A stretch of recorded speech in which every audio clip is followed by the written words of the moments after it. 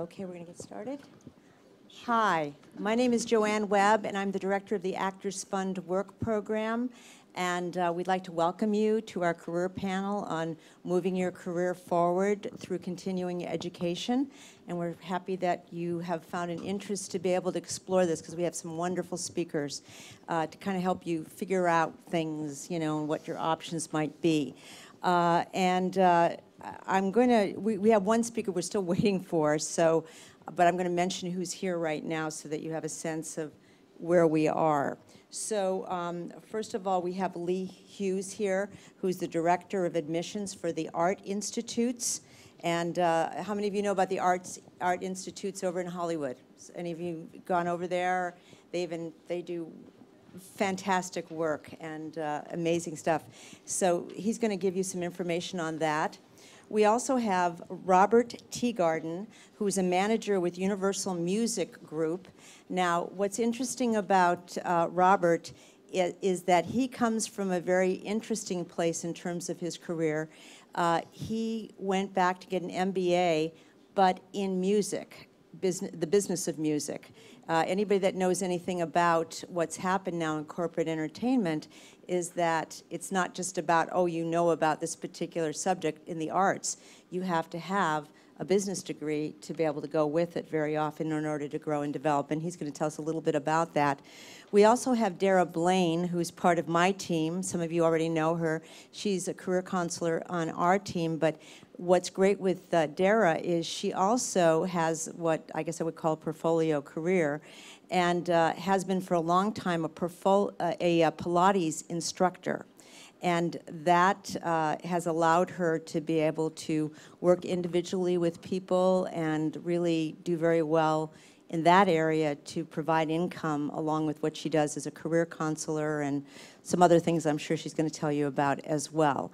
And then some of you may already know Davidson Lloyd, and Davidson works with SAG Foundation, and he's going to talk to you a little bit about scholarships that are available to you or might be available to you based on what's out there between SAG Foundation and AFTRA Foundation. I'll also mention the scholarship that we have through the Willard Swire if you're looking at going back to school and you need some help, and what are the qualifications you need to have. So we have a lot of information for you today. We're awaiting also Karen Magner, who is from Antioch University, and she should be here shortly. But in the meantime, I just want to see, is anybody here for the first time that has ever been involved with anything with the Actors Fund or Actors Fund Work Program? A couple of you. Okay. So I just want to say, yeah, there's even some people on the panel that this is the first time. So everybody can open their ears to this information right now. For one thing, I want to thank our friends with SAG Foundation for giving us this opportunity to use this space, and the live streaming is a great opportunity for us to reach a lot of people in the community. Even for you, if you want to look back on something that you didn't quite get, you can go back on it, on our YouTube. And now we actually have a platform, a YouTube platform online. So if you want to look anything up that we do, it's there. The Actors Fund is an organization. It's over 132 years old. We've really come into our being because we recognize the need for anybody in entertainment. We're not just about actors. Is everybody here an actor, just out of curiosity? I know a few people that aren't. Who's not an actor here? Okay, so we provide what we do not just for actors, but for everybody in the entertainment industry. And we do social service work. We help people about housing. We help people with some financial support to help them move forward in terms if they need to have help with rent or whatever, based on that they qualify with the amount of money they've made in the industry. And we also, we do healthcare, covered California. We actually got the grant to be able to provide people with healthcare information with Covered California for anybody in the entertainment industry. So we provide a lot of services. Our program, the Actors Fund Work Program, is really to help you look for work outside of your industry to help you support you in the industry. okay? That's our main focus. But we have, along with what we do with training and development and all the work that we've done, we do resume workshops and social media and job search strategies, interviewing, so that you have an understanding, the art of interviewing. We do this type of an event where we do the career panels, but we also do network breakfasts over in Valleys, in the Valley, in Burbank, which is called our Valley Days.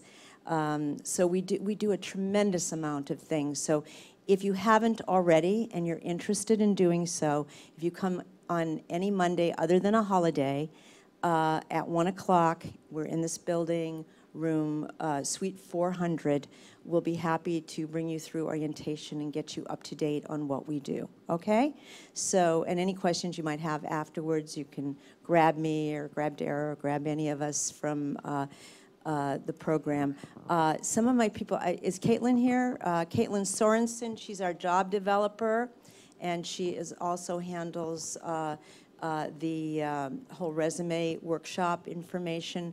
Joy Tribble, who you might have met downstairs, you had to meet her downstairs because that's where she was, helping you get signed in. She handles all our administrative. I told you Dara is one of our career counselors, and Mary Beth Abella, who's not here today, is our other career counselor. And so we provide a lot of service, and I'm very proud of the work that we're able to bring out to you. So let me get us started, and just to give you some information. We're going to go right down the line here just to kind of give you some information that will be helpful to you. We're going to start out with Lloyd. And Lloyd, I'm calling you Lloyd. It's Lee. I'm sorry, Al. I got Lloyd on the other end on my mind. It's the Lloyd and Lee show. It's fine. Yeah, but Lee. And Lee really comes to us with a lot of information. I think you've worked for 9 years now, right, with Art Institutes. And it would be really very helpful to find out what information is out there. Sometimes when how many of you feel like, oh, going back to school, it really scares me? Raise your hand. How many of you think, oh my, going back to school, I can't afford it? Okay. How many of you feel going back to school, I'm too old? I did at one time. How many of you feel like, that's pretty much provides a lot of information right there.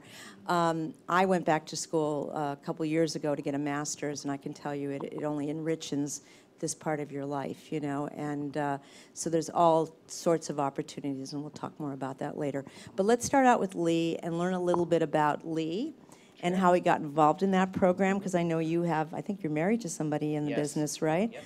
And how you got doing what you're doing. Go for it. So I come from a background of arts and creativity, and that voted like most creative in high school. I was doodling, drawing, all sorts of like scholarships and stuff.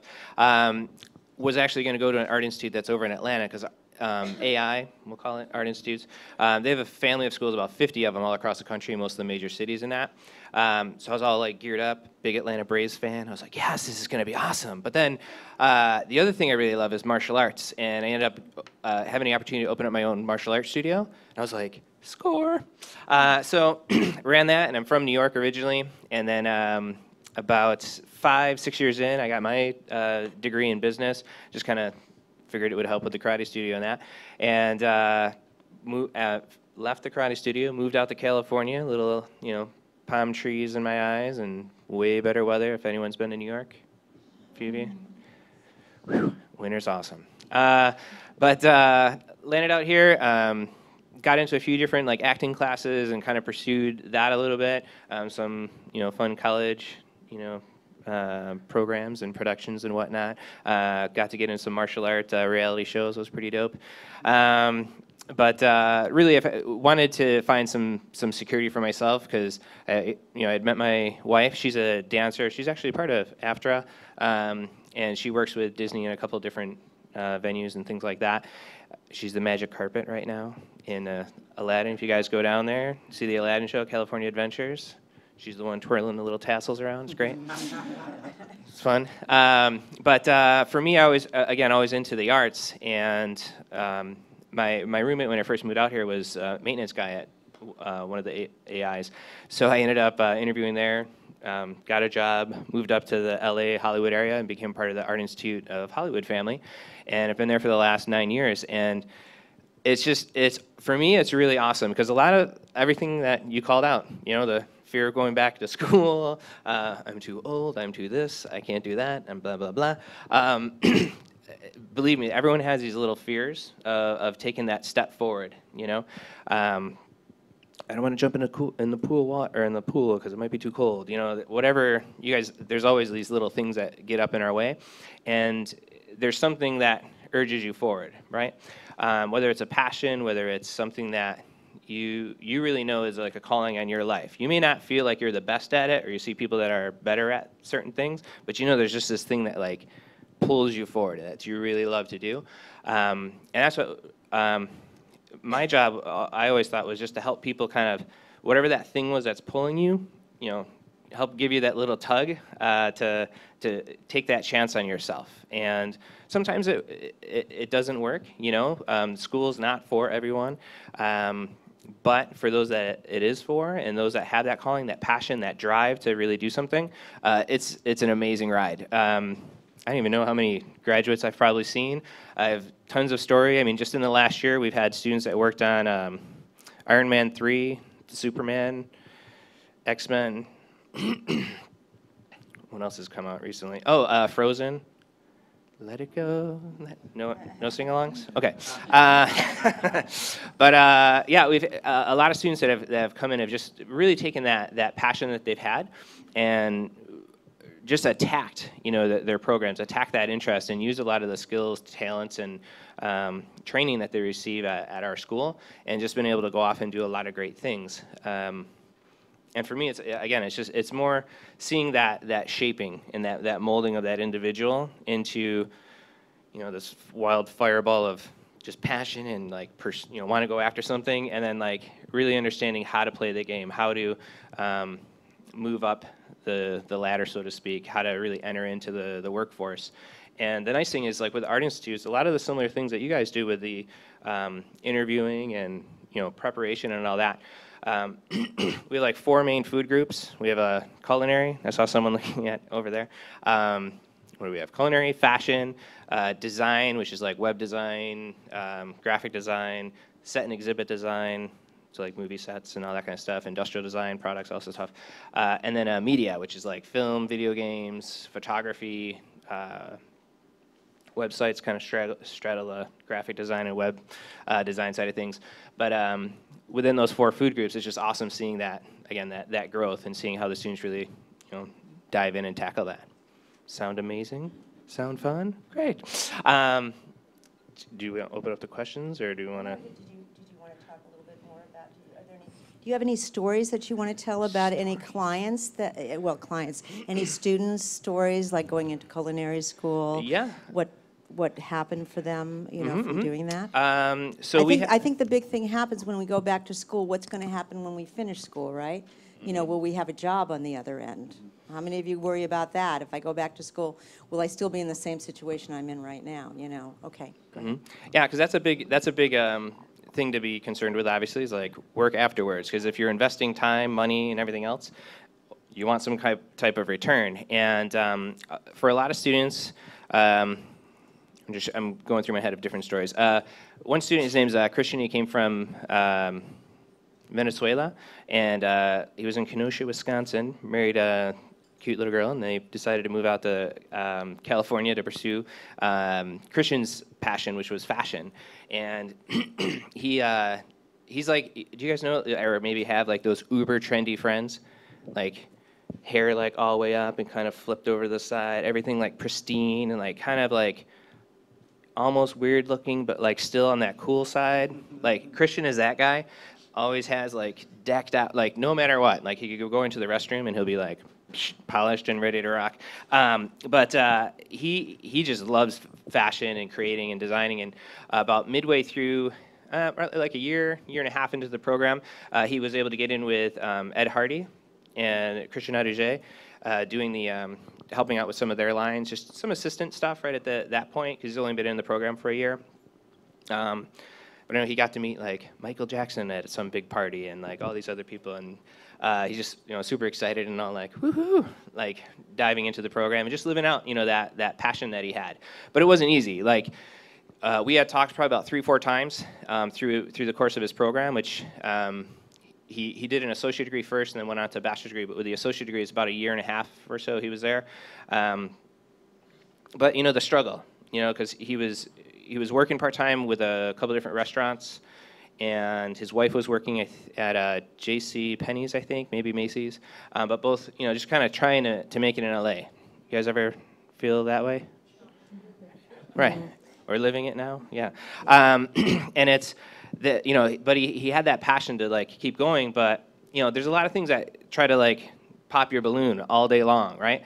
And he, a couple of times, like, just broke down, just, I don't know if I can do this anymore. This is where I'm at, just kind of encouraging him and calling out the things that are most important to him and calling out the things that are really within him. And looking at reality too, of course. But for him, it was just a matter of that focus and finding the time and trying to balance out being married, working, school. And once he got that foundation laid, he went through some, peaks and valleys, obviously. He was able to graduate. He started off as an assistant menswear designer at Guess. Now he is the menswear designer at Guess, working in LA here. See him all sorts of Facebook pictures at the top of the W almost every other weekend with some different group of people that he's hanging out with.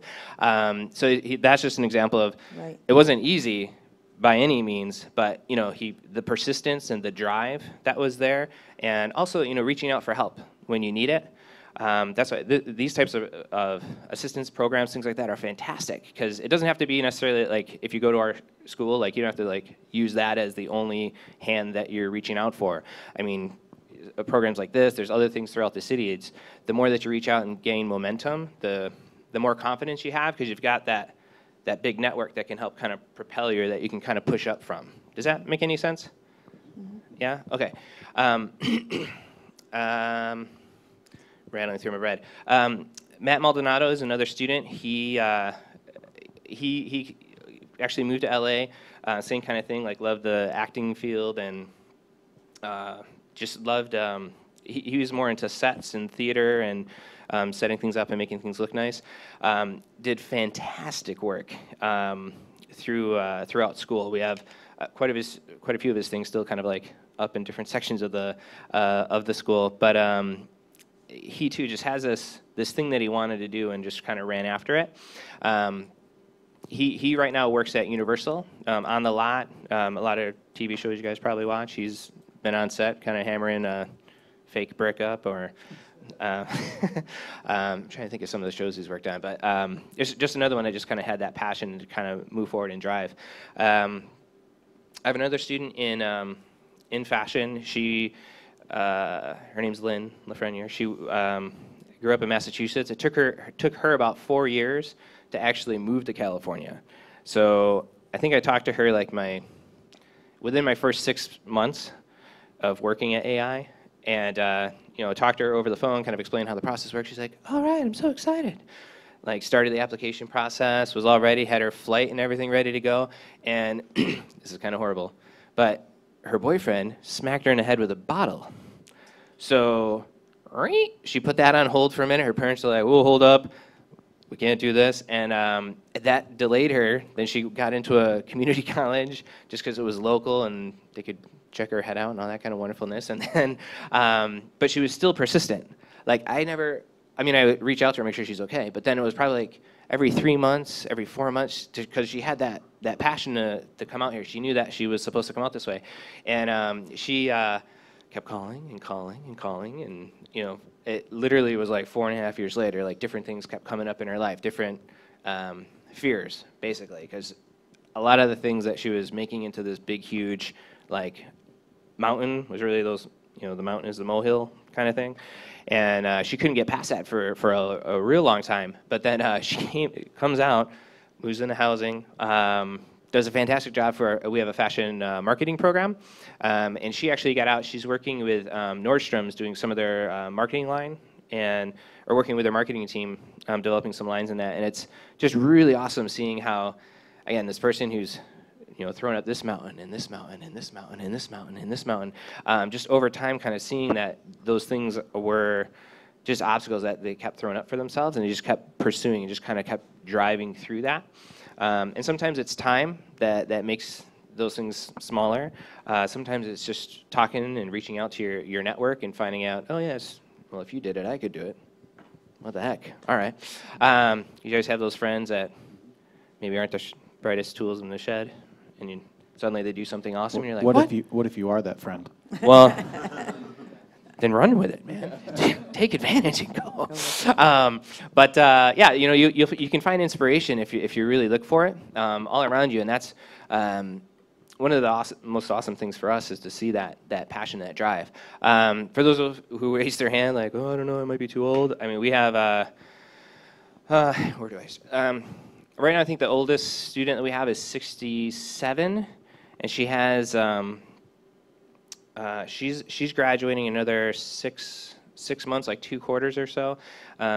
She's been, she's a really top student, but obviously different challenges with herself. She has some physical, things that she's working through. But again, it's just she has a lot of support at the school to be able to like move past some of those things. We have a. What is she studying?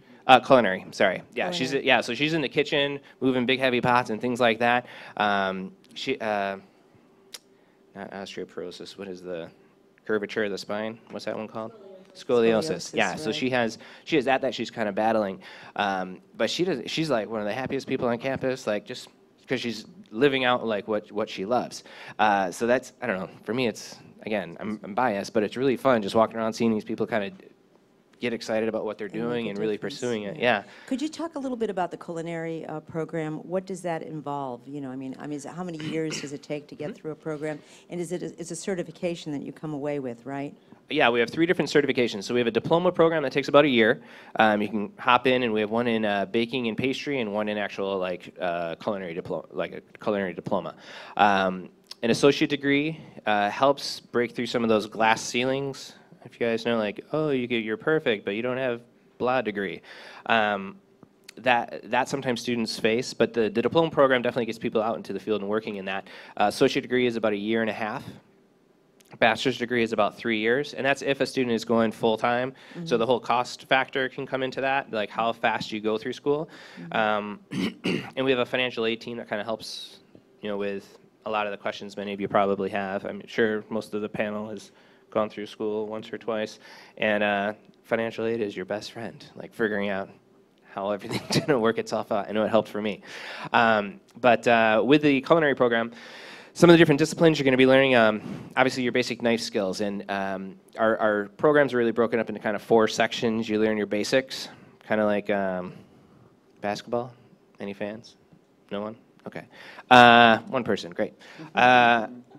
This is going to go downhill then. But we have, so the basics of a program, okay? So in basketball, it would be like dribbling, running, passing, shooting, kind of the 4 main things that you do. And then you learn how to after you get those basics down, you learn how to combine some of them or apply those basics. So you're looking at, dribbling, passing, catching the ball, shooting all at the same time. In the kitchen, it's going to be learning how to, do different types of knife cuts. How do I fry these certain things? What are the temperatures that I need to not make someone sick when I go to serve these foods? How do I do the different types of plating? What do I charge based on all the different ingredients that I've used and ordered to make a profit? How much profit do I want to make? Am I going to be looking at having like $10 a head? Am I going to be looking at making $100 a head? Am I looking at making 50 cents a head with like a hot dog stand or like a food truck or something? I don't know. So these are all the different types of things that you can learn through the culinary side of things. But there's 2 different diploma programs for baking and culinary. For associate degree, there's baking again in culinary. Once you get to the bachelor's level, you start going into the business direction. So there's hospitality and management, which is more catering, hotels, different types of resorts, cooking in those types of backgrounds.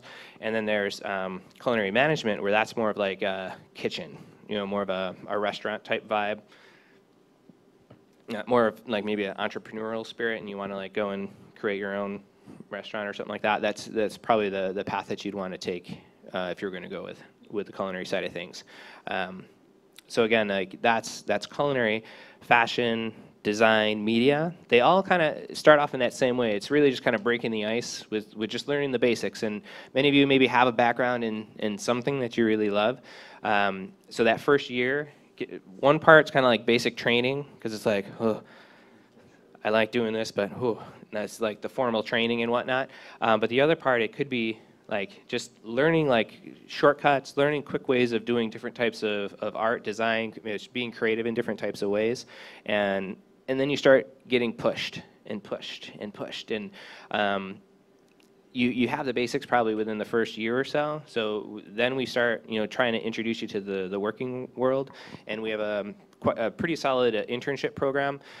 Where our school's located, do you guys know North Hollywood, Arts District, Lancashire, Magnolia? That's our school. Like, we're this big giant black glass building next to the Lemley movie theater. That's right there. How old is it now? Because it's not very old. No, we've been in that building for about 4 years. About 4 years. Yeah, before that we were down the street from here. Actually, I'm totally lost as far as what direction On is what. Wilshire? Yeah, Wilshire and Normandy. Uh-huh. You guys.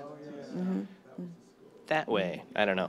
Yeah, we were we were there, and kind of busted our britches inside the building and needed something new, wonderful, and amazing. So we had that little guy constructed.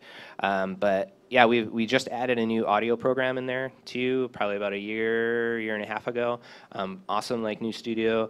Not everything's like perfectly up to date, but we have like a lot of like industry related like stuff. So when students come in, or when they leave, they're pretty pretty with it, I guess, when they're leaving and trying to find jobs and work.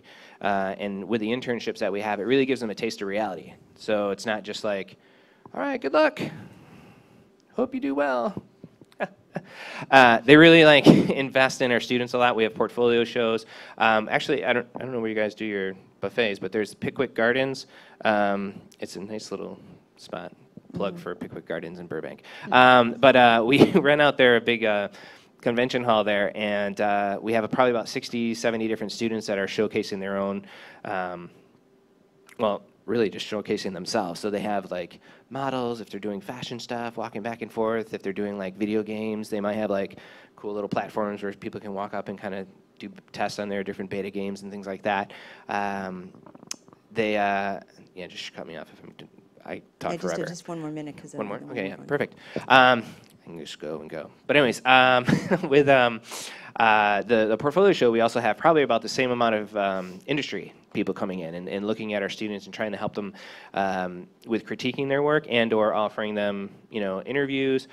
Some students have gotten jobs like right on the spot, but it's those students who are really putting forth that effort and really trying to strive for the best, they're able to do the greatest things and open up as many opportunities as they can for themselves. Cool? That's great. And we'll be coming back with questions for, did everybody get cards if you wanted to ask any questions or anything? We want to make sure that everybody has cards somewhere along the line if they have any questions for any of the speakers. I know we have them. Okay, so we're going to move on to our next speaker, and that would be Robert Teegarden.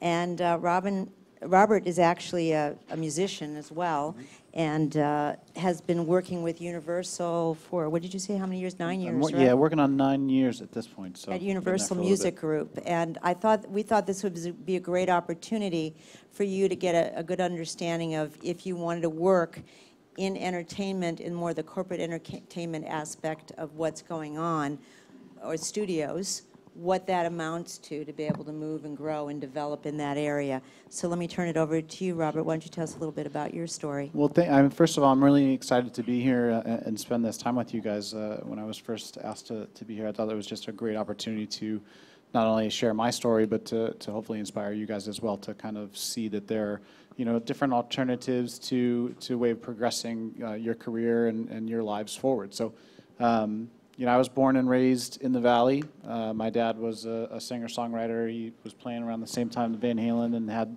their same management, and David Lee Roth made it, and I'm sitting here in front of you guys now. So But I always had that background. I come from a huge Italian family, and my godfather, as some of you can imagine, is just a really important person in my life, and he was a band director for 41 plus years. So I was telling Lee in the break room that I would just mention, I think I want to play French horn. And the next morning, French horn was on my doorstep, and I could play these types of instruments. So when I was 8 years old, I started playing the upright bass, and the thing was about 4 times the size as me. And my mom quickly realized after that semester was over that I needed to play something smaller. Moved into playing a lot of brass instruments, but all at the same time really felt this calling to be a rock star, probably from seeing my dad do it for so many years. So at the two kind of paralleled themselves. I had this real formal training in concert band and in jazz bands, but at the same time I was playing in garages with all my buddies. And I moved through high school, started focusing more on voice. That's what took me into college. I went to Cal State Northridge for my undergraduate and worked the music business program there. They call it music industry studies, but voice was my major. And in high school, I was fortunate enough to travel around the world a little bit, and same thing in college. But voice was really the driver to be able to do that. So when I was in college, my main objective at that point, being young and naive, was I don't want to get screwed. I want to be able to be a musician. I want to be able to perform, and I want to know what deals I'm signing. Where are my royalties going to come from? What are the deal structures that I'm going to be looking at? And really, that was just the main objective. I want to be a rock star, but I want to not get screwed in the process. And I thought I patted myself on the back. I thought I was doing a pretty good job, because at least I wasn't just going flying willy-nilly and didn't have an education behind myself. But quickly realized that was a life that was kind of starting to run out of road for me, and sleeping on couches and floors and things like that was something that was kind of wearing thin. And I had, at the time, a girlfriend that I loved very much, who's now my wife, and as Joanne knows, we just gave birth to our first on last Friday. So we weren't sure. We weren't sure if Robert was going to be with us today, because he contacted us and says, the baby came on Friday, so I can come. Yeah, so I'm here. So I'm here, and I'm excited to be here, especially kind of to get out. And thankfully, we're getting a decent amount of sleep, so I can sit here without nodding off in my head into the microphone. So yeah, it became apparent that it was, a make or break decision. Do I continue down this path and have a very different type of lifestyle, or do I make the choice to focus more on a career and play on the side just for my own personal fulfillment? So when I got out of school, a great friend of mine through my undergraduate degree was already working at Universal in the copyright and licensing department. And a big part of our curriculum at the undergraduate level is focusing on copyright and royalties, because it is such a ingrained part of our statutes. For some of you that they may or may not know, we have a fairly complex copyright law in our country. It's very different than everywhere else in the world. And it's a small bucket of people that know and intimately understand that, both on the publishing and on the record label side. So I wanted a place where I could have some type of security. I didn't really like A&R or artist management or any of that type of high-level babysitting jobs where your next paycheck came from how well you went and recruited. And it was just something that I felt was a little too flexible for me. So I was looking for something with a little more stability, but I also wanted an environment that would foster, if I did have to go on the road for a week or so or a couple weekends, that was understanding of that. It wasn't a banking environment where I had to show up in a suit and tie every day and nobody really cared about what your extracurricular activities were. And you could cuss in meetings, and I can show up in a t-shirt if I wanted to, and that just kind of spoke more to who I was, coming from this, this rocker mentality. So I got in and I graduated.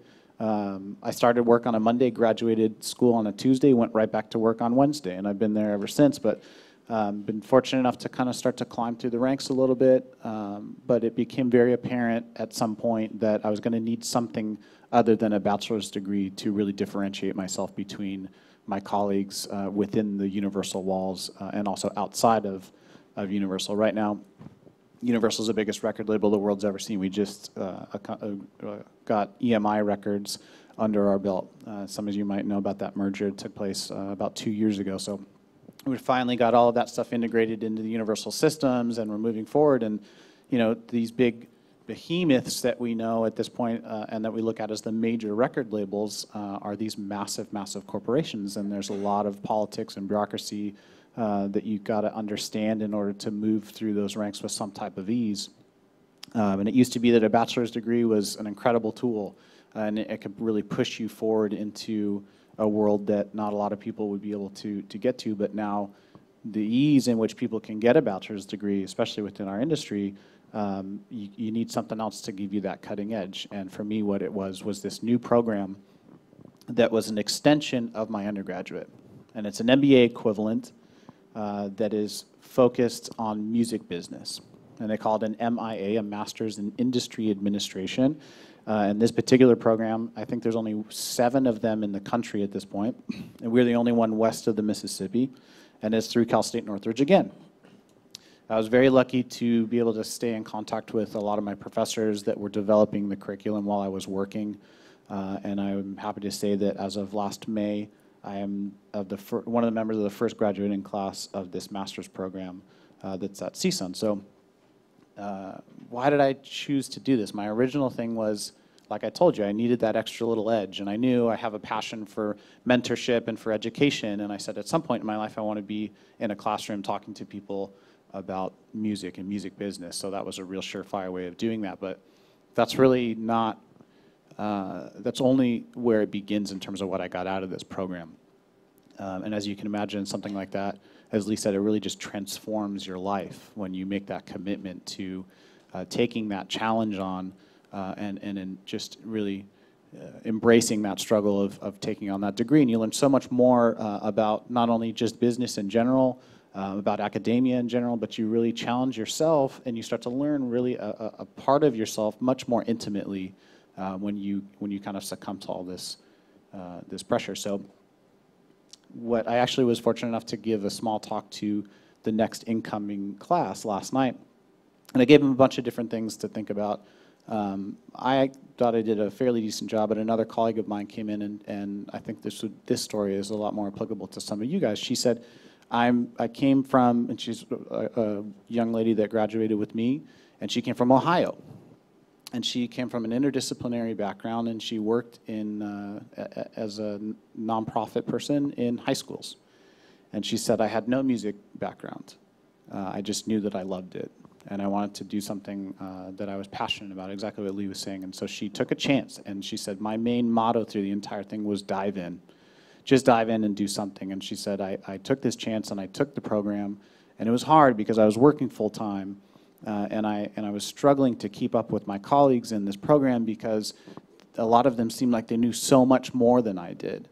And I didn't really necessarily understand how I was going to come out the other side, but I just trusted in the fact that if I put in this work, the answer would show itself. And so one of my big key points in the talk that I gave is network.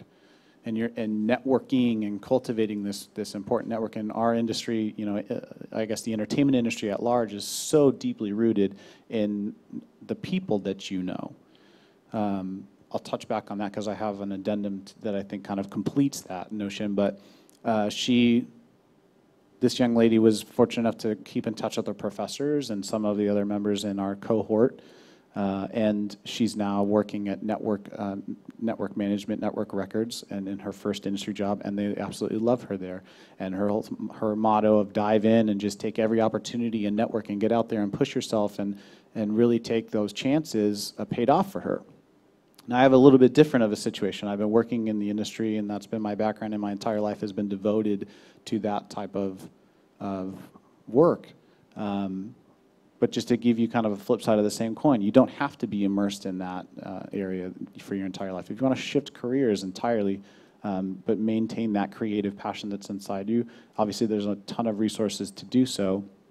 But I think for me, the greatest asset I got out of coming out of this MBA program is that it was as if I had put on a pair of glasses for the first time and everything in terms of business became incredibly clear. Business isn't that incredibly complex. Most of the concepts that they teach you are very common sense types of things, but we just don't look at them through that lens. And so what this program does, at least what it did for me, is that it gives you the ability to look around the corner and anticipate more of what's going to be approaching you in your life, right? It gives you the ability to set goals, and the resources to be able to accomplish those things, and the concepts to be looking for in order to accomplish those things.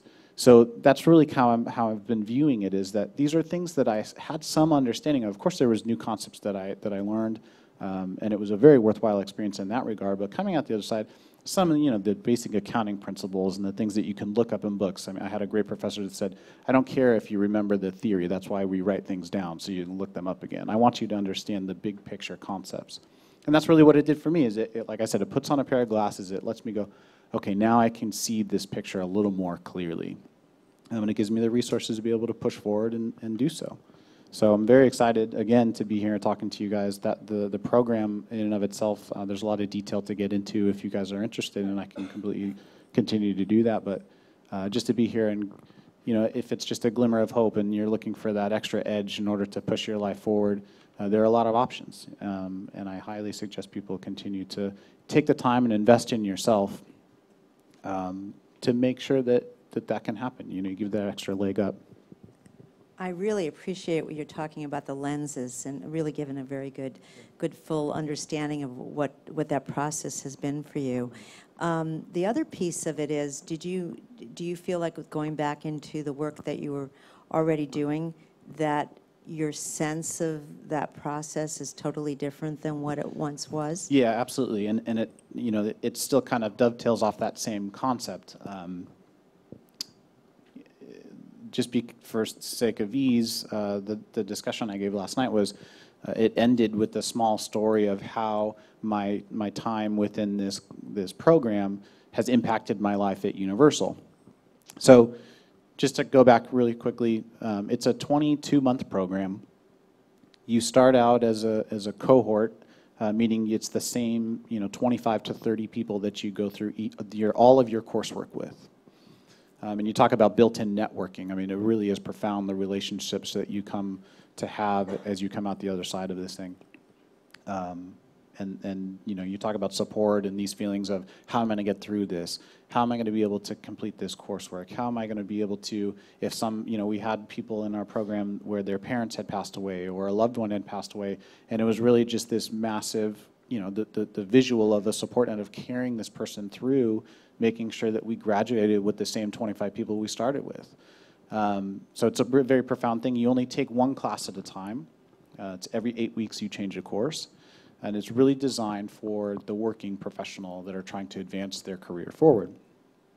So how does this impact my life now at Universal? Well, I had, you take the Myers-Briggs personality assessment test. I don't know if anyone here is familiar with those things. And so I was fortunate enough that the coursework, we take Myers-Briggs. And then at Universal, we were doing a lot of developmental workshops. And so I had taken a bunch of other things.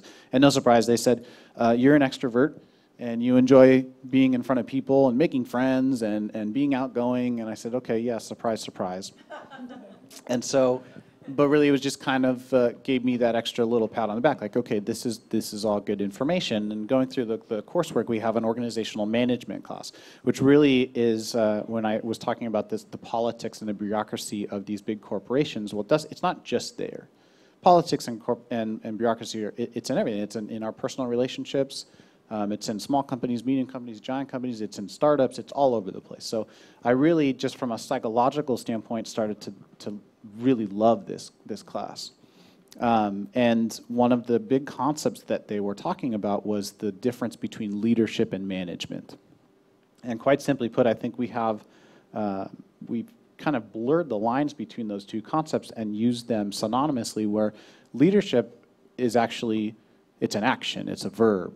Right? It's not dependent on where you are within the totem pole. Now, management is an actual title, right? You're a director, you're a management. It's something that you can coax people to do things simply because you can fire them, right? And that only lasts for a short amount of time before people start to get bitter and they don't really want to work for you anymore. So leadership is actually, it's a pull rather than pushing people to do things. So I said, I love this concept. And it's something that really started to speak to me. And I was looking around in our landscape at Universal, and I go, we don't have a leadership program that are for people that are non-managers. And you can be at any rung on the totem pole, like I said, and still exhibit leadership qualities. So, like I said, networking, it's such an important part of our job. And for the 9 years, I had formulated these friendships with people within my organization that were in very high power positions. But I was just being friendly because my Myers-Briggs score told me that I was that person, right? And so, but I didn't realize, but I was forming these relationships with people that could make things happen. So at the end of my program, I started taking meetings and small lunches with them and saying, this is what I did, and this is what the program has done, and what we learned, and all these things. And I said, but I really think that there's a gap in where our workforce is.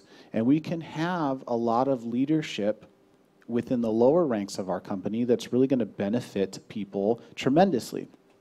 Let's put together some type of workshop. So now, fast forward, I'm working on a workshop that's loosely titled Leadership for Non-Managers.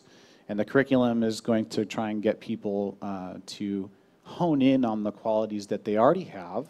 It's not like we're going to be telling people that to get on a table and start dancing when they're just more comfortable sitting behind the newspaper and not looking at anyone. That's not what we're doing, but we're just trying to coax these qualities out of people and have them look for the opportunities where they can step in and be a leader at any place in our organization. So the curriculum is not necessarily important. The important thing is that, again, I put some glasses on and I was able to find a gap in our organization based off of the knowledge that I had acquired within my program.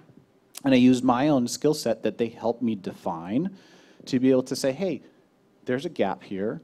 I have the value, right? I've acquired the value to be able to try and solve this problem for you. So has it helped me? This is just a small example of how this program has really helped me take a look at Universal just as my primary starting point and say, I have a lot of things to offer them. And when you get into higher education, that's a lot of really what it is you're looking for ways of identifying problems that people don't necessarily know that they have. But you now have the skill set to be able to step in and say, hey, I can solve this problem you didn't even know that you had. And then your value is something that they go, okay, I'll pay you the big bucks to do that. Or that's what they tell me, and hopefully it'll end up working that way, right? So yeah, it's just a very small, minute example of how I go through this coursework. There was never a class of put together a leadership workshop. I never had that. It wasn't part of my curriculum.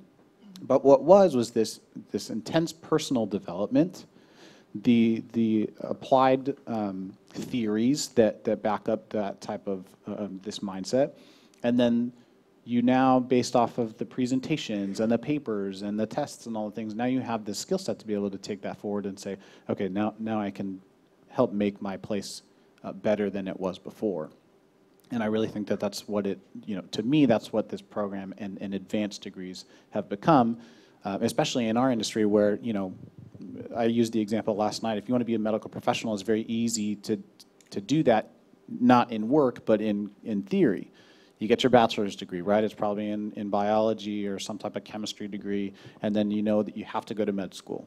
When you're done with med school, you do your residency, right? This is all stuff, I don't know if any of you have been to med school. I've never acquired to be a doctor, but it's something that's a very understandable concept. Once you're done with your residency, you think that you have those skills, you say, I want to be in my own practice, and then by and large, you're a successful doctor, right? It's a very easy path to follow. Obviously, the work is very, very rigorous, and that's something that's difficult to achieve. That's why not everyone in this room is a doctor. But in entertainment, there's no such defined path. We really have to claw our way through and figure out a way to define what the next rung on that ladder is going to be. And that's really one of the main reasons why I said, okay, I need this extra edge. I need a way of defining what that next rung is going to be. And that's what these advanced degrees for our industry, I feel, that's what they help us do. They give us a leg up and they give us a different way of looking at things. But again, I think even if it's not a master's degree, even if it's a bachelor's degree or an associate's degree, it's all still the same type of learning that takes place, and wherever you are in the phases of your life, there's always going to be a time, whether it's in an educational standpoint or you're becoming a parent for the first time or you're becoming a grandparent for the first time. We're always in these phases of learning, right? You learn something, you master it. Once you've mastered it, you now get to share that information with the people that are around you, and it's just a constant cycle that repeats. So I encourage everyone, wherever you are within your life, it's that cycle continues whether you want it to or not. And it's just a matter of taking that time, investing in yourself, having a clearly defined goal that you're looking to achieve, and putting forth the steps in order to achieve that goal.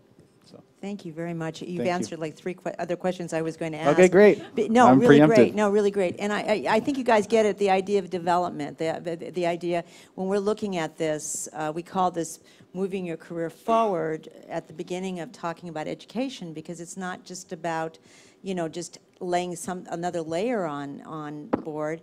It's really finding ways that you can develop and get training that will help you to move forward and look out of different lenses in your life at a time when it's very necessary. I always tell people when they sit in my office, and I'll say, well, everything's working okay. And I'll say, well, if it was working okay, we would not be sitting in my office, if it was really working that okay. So thank you so much. It's really very helpful. Now we'll move on to Dara. And Dara, I can't say a whole 1,000,000,000 things, but she's how many of you have Dara for training before, for classes? She's an extraordinary career counselor, as well as an extraordinary trainer. And along with that, she's a photographer, and she's been working as a Pilates instructor for quite some time. So I'm going to give it over to you, Dara, to share your process and what you went through. So I think Joanne kind of asked me to be on this panel because I have a very non-linear career path. And a lot of people come into the fund going, I've done a lot of things, now what? And that's pretty much my story. I did not, in high school I wasn't thinking, oh, I'm going to be a career counselor. That hadn't even entered my frame of reference. I actually started photography in high school. That was my first love. It's still a love of mine. And when I went to college, I rapidly discovered film. I didn't go to a film school, so I had to kind of create my own major out of classes that they offered to kind of cobble together this film video photography major, which is my undergraduate degree in media studies. So after college, I worked for a small company in Chicago, a small production company, as an avid editor. I had found that job by doing an internship when I did an arts program in my senior year of college. And I worked there for a year before deciding to move to LA to pursue camera work. That's really where my heart was. And so I spent quite a few years being an assistant camera in the film industry and television industry. And I just got to this point where I was getting older. I didn't want to be living paycheck to paycheck. I was constantly living by the phone because I needed to be there for the next gig. And I couldn't travel home to visit my family. I mean, there's a lot of things I just really wanted in my life that the film industry lifestyle wasn't really helping me get. But I was really lost. I mean, I didn't know what to do next. I felt like my undergraduate degree was pretty specific in film, and I didn't know what else to do. And so if someone had said, at 18 to me, you're going to be a fitness trainer someday, I would have laughed really, really hard because I was into sports and stuff, but I wouldn't have considered myself like fitness trainer material. So the way this actually ended up happening was that I attended an Artist Way course. I just wanted to kind of get unstuck, and I wanted to do it in a way that allowed me to express my creativity. And that course led to another course, which was about kind of putting together a project that you wanted to work on for a few months. And in that course, I decided, okay, it's time to get serious. I'd been doing some still photography assisting on the side. It was still my first love. Okay, I'm gonna make a portfolio of images so that I could actually start segueing into doing my own photography. And in that kind of project, I worked with a couple different people who agreed to let me do portraits of them. I actually met a Pilates instructor.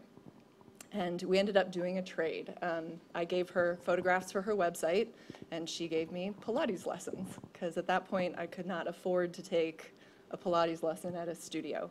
And through that experience with her, I really fell in love with it. I saw how it worked in my body. I had a lot of injuries from lifting a lot of heavy weight in the film industry. A lot of those movie cameras were considerable weight, and I was also a female in that industry, so I felt I had to prove myself. I'm gonna lift this. If you can do it, I can do it. So I dealt with a lot of physical issues from doing what I did in the film industry, and Pilates fixed them within about 3 months, and at that point I was pretty excited about it, but I still wasn't considering it as a career.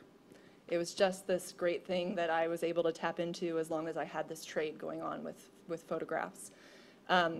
But I had talked to this Pilates instructor. I had become friendly with her during this process. You get to know each other when you're working out together and doing photos together. And she knew that I was considering whether or not to stay or go in the film industry or get more into my own photography, and I was just on the fence. And so she ended up managing a Pilates studio. She got hired on to manage a studio, and she said, you know, I know you're on the fence. If you want to just come work part-time at the studio while you take some time to figure it out, you know, I'd be more than happy to have you. We have a good relationship. And so I said, okay, I'll take this plunge. And it was incredibly nerve-wracking to leave, you know, here's your dream of pursuing film and television, but it's really hard to let go, even when it's not quite working out. And for me, there was a real lifestyle disconnect. And so I started working with her at the studio, and I kept taking classes while I was there because I could get them free. And eventually, I was answering the phones all the time. That was one of my responsibilities. And I had to answer questions about their certification program that they were offering through this studio. And I really didn't understand much about it. So the opportunity came around to take, say, a mat class certification, and it was only a couple $100s. Again, money was tight, so I had to pick and choose what I was going to do, but I just went, let me do it. Let me just invest the money, learn a little bit more about this so I can answer questions on the phone. And I loved it. It was a weekend certification. It was super quick. I left with a skill. I was working in a gym at the time. The studio was in a fitness gym. They had group fitness classes. I could teach a couple of mat classes and try it out for size. And then I finally decided to commit to the much larger program of learning all the apparatus. Because again, I was thinking this could help me do a better job for this company. I wasn't really thinking yet I could be an instructor. I was just thinking, well, if I'm never in a studio again after this, I'll know what to do with myself. I can stay healthy if I go back to the film industry, whatever it was. So I don't know if Joanne knows, probably doesn't know I'm going to say it this way, but money's an issue, right, when you go back to school. It's a big, nerve-wracking issue. For me, it was really stressful. And Pilates certifications cost a significant chunk of change. There is definitely, it's like learning a trade. There is something at the end of it. You have a skill that you can market. And so I knew that going in, there was an opportunity there to walk away with a new profession. But it was still like, when I saw the paperwork, that's a lot of money. Okay. So I got really good at 0% credit card balance transfers for a while. And I will say I went into it very clear about how long I wanted to pay it off and what I was going to need to do to build my business in order to do that. And I was very fortunate. Within a couple of years, I was able to pay off the entire program with the skill that I was able to learn. So I did commit to doing the certification. It took about 9 months for me to complete. They usually say most certifications take about 6 months to a year, and that really depends on how many hours a week can you commit to being at the studio. So for me, I was working part-time at the same time, taking the certification, and so for me, it took me about 9 months, about kind of mid-range in that time. So you're in the studio, you're taking lessons, you're starting to teach people. Right from the get-go, they're teaching you how do you go out and find clients. Even as we were apprenticing in this program, I had to find my own clients to work with. The studio wasn't just giving me clients to work with. So I learned about how to put up ads on Craigslist to attract clients. You know, you offer a reduced rate, get them kind of working in the program, getting to see how it really works for their body. And so I would say I learned also a lot about business by doing this. Information that I didn't get in my undergraduate education. I didn't really know how do you market yourself, how do you write a brochure about what it is you're doing, how do you network.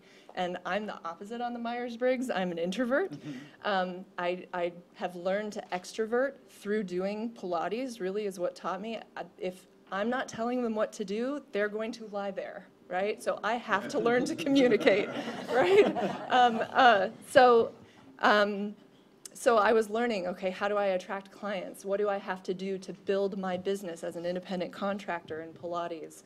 And it did take a significant investment in time and a significant time frame of saying yes to any client who said, I want to come in Friday at 9. I want to come in Monday at 8 o'clock at night. Okay, yes, come in, right? And now I've been doing it about 10 years. I just realized that as I was preparing for this today, going, wow, I hadn't realized it had been that long. And it's been a very successful segue for me. And I think, you know, tying into what he was talking about it being development, this has been a process. I didn't expect to become a fitness instructor. It organically happened. And I was willing to take the risk and kind of put down that credit card with a big gulp the first time it came around. But what I got out of it was kind of much more than I expected. Yes, I know this world of fitness, which is really important to me, health and well-being. Yes, I learned how to develop my own clientele, build my own business. And now I'm at a place where it could be more flexible, where I can do other things and fit other things in, and that works. And the one other thing I'll say about this, I kind of look at that Pilates certification as the gateway to continuing my education. It really afforded me the opportunity to go back to grad school and get my degree in career counseling. It actually gave me, through Pilates is how I met Karen Hainan, who used to be a career counselor here at the Actors Fund, who I actually replaced when she left last year to pursue other things. She was a client of mine. And I was telling her, you know, I've been doing Pilates a while, I'm kind of ready for the next thing. And she was like, well, I know a career counselor you could work with. So I did. So it afforded me that time and space to really explore what other options I wanted to pursue. And the other thing I found really interesting, in career counseling, we talk a lot about transferable skills, right? How do we use one skill that we learned, say, in entertainment in another way in a new industry, in a new job? What I learned in fitness is how to motivate people. I remember when I took my first test, my 4 exams I had to take to get through this program, my teacher looked at me and she went, that's great. You know the exercises. Now you have to teach them. You have to motivate someone to do it well so that they get the results. Otherwise, you're just speaking exercises, right? And that's where it clicked for me. This is about inspiration. This is about getting people to achieve what it is they want to achieve, whether it's the body they want to achieve or the career goal that they want to achieve. And I remember writing in my essay to my graduate program, they're going, why do you want to be a counselor? And I'm going, what is the connection here? I want to motivate people. I want to empower them to do whatever they want to do. And believe it or not, Pilates got me into grad school. You know, and who would have seen that connection between photography to fitness to counseling? I mean, I certainly didn't see it coming, but I lived it, and it was quite a fun ride. So, and that's where I am now. I went back to a master's program, and kind of getting into Pilates gave me that confidence that I could take that next step. I never would have thought I was going to go into a master's program. That wasn't on my radar. You know, here I was I wanted to be in the film industry. That's where I started. And what that all has enabled me to do now, like Joanne was mentioning, I have a portfolio career. I was one of those people in the film industry that was like, okay, I'm going to edit on this project. I'm going to do camera on this project. Oh, you need someone for visual effects? Okay, I'll do visual effects. You know, like I always wanted my hands in multiple things. And that has served me well as a career counselor too, having that experience of always being willing, like you were mentioning, of taking on that next step, of taking that next risk to develop or learn something new. And so, yeah, that's where I am today. Fun ride. Thank you. Can you feel the energy in all of that? You know, that sense, you want some of that, don't you? You want some of that energy? We should just all have a Pilates class right now and just get it over with. But let's just focus a little bit. I love the fact that the diversification of what you do, the different kinds of things you do. But I also think that's what's really very interesting is how one thing led to another and how that went on. I know when you got your training, because it's 10 years ago, it's a whole different scene now.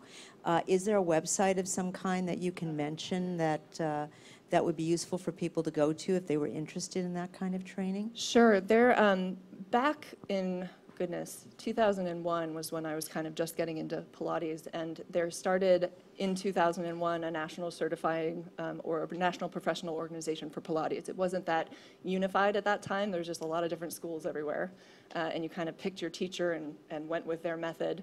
But there is now something called the Pilates Method Alliance, and they have a website actually where they have schools by state, like different certifying bodies. You can also just go online. There's a lot of certifications out there.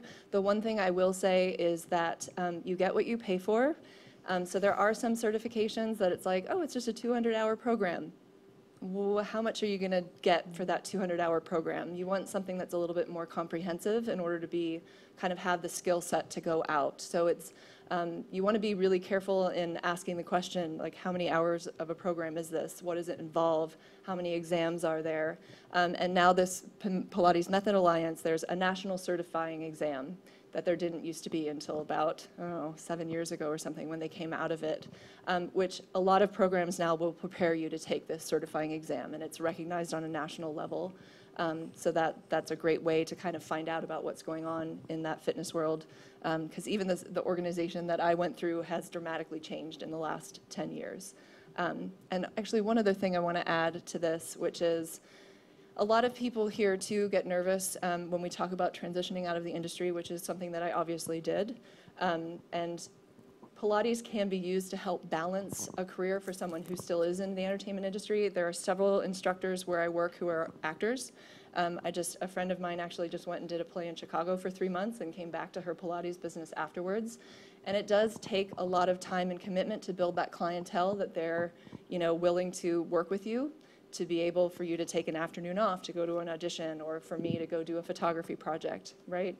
But I am very fortunate that between, Pilates and career counseling, I can now kind of support my craft in a way that I want to do it. I get to do photographs on my own terms now, instead of someone telling me what pictures to take. And that's been a very empowering and liberating part of this whole process. So. Yeah, and that's a really important point, because we're never trying to talk you out of being in your career. If this is what you really want to be doing, you should be doing it, totally. But what we find is that if you have a roof over your head and food in your belly, you'll probably do a better job at the next audition or interview that you have to go to, right? And the other piece that's really important, because the word I keep hearing from all three of you is networking.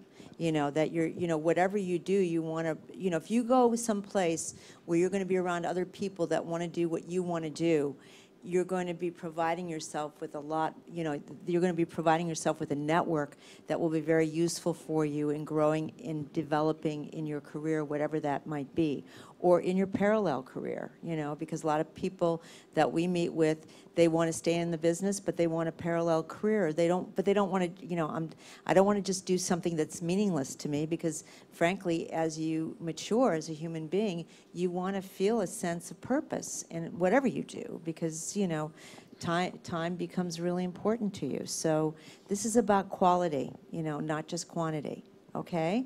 So I'm going to turn it over to Davidson Lloyd, who I bumped into just yesterday, and he was kind enough to come over here, because I think it's really important that we know, show me the money, like that. How am I going to be able to do this? I have What some opportunities information are there? about that. Great.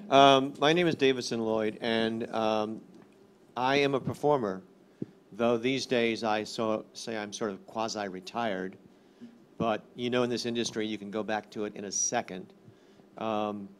I'm originally from New York. My first professional job was dinner theaters, and I've done dinner theaters to Broadway and everything in between.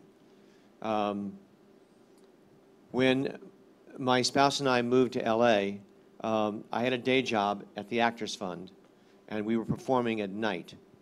And then, I have a BA, and I have an MA, and when I went back as an older student to get my MA, it was a lot of fun, because I brought to the situation life experience. And you go back to a college class, and not everybody's at your age level or slightly below or above it. There's a lot of very young students who don't have a lot of life experience. And so you bring that kind of experience to this experience that you're having at an older age or an older student. So that was fun. When our baby was born, I went to work for the Screen Actors Guild Foundation. And I know one person who on his 10th birthday said to Wolfgang Puck, "I want to be a chef."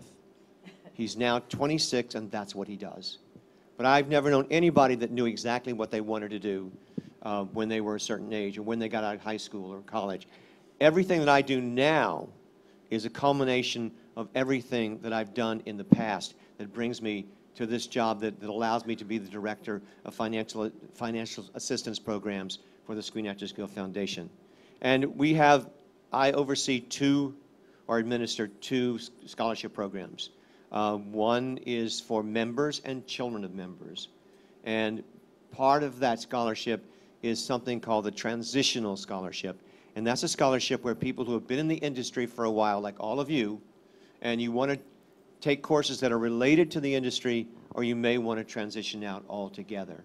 I've had people go through that program, and one guy, he wanted to be a writer. He got the scholarship, and he started studying writing, and he now writes for TV. I've had people that went back to get their social work degree. One member went back to school to get like advanced body work. So it's so the foundation has these scholarships, and as members, if you meet the eligibility, you can apply.